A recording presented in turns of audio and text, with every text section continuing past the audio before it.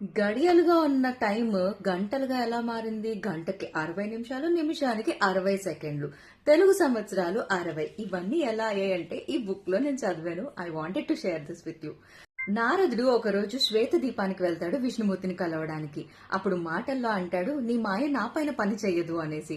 అంతే, ఇంకేముంది, వెంటనే నారదుడికి విష్ణు మాయ చూపించాలి అని అనుకుంటాడు.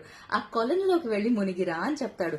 నారదుడు మునిగి రాగానే ఆడపిల్లలా మారిపోతాడు. ఆయన నారదుడు అనే సంగతి కూడా ఆయనకి గుర్తుండదన్నమాట.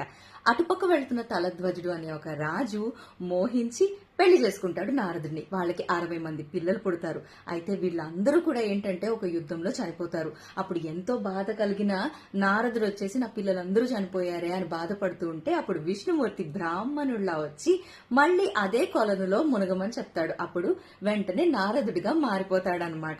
ఈ ఇల్యూషన్ అంతా, ఈ మాయ అంతా కూడా ఆయనకి తెలుస్తుంది. కానీ అమ్మ హృదయం కదా, అయ్యో నా పిల్లలు అని బాధపడుతూ ఉంటే నీ పిల్లలు ఎప్పటికీ బ్రతికే ఉంటారు, కాలం అనే చక్రం తిరిగినంత వరకు ఉంటారు అని చెప్పి, మీ పిల్లలే కాదు వాళ్ళ పిల్లలు కూడా బ్రతికే ఉంటారు అని చెప్పి, అలా మనకి ప్రభవ విభవ ఇట్లాగా తెలుగు సంవత్సరాలు 60 పేర్లు వచ్చాయి, నారదుల పిల్లల పేర్లు. అలాగే గంటకి 60 నిమిషాలు, నిమిషానికి 60 సెకండ్లు, ఈ రకంగా మనకి వచ్చాయి.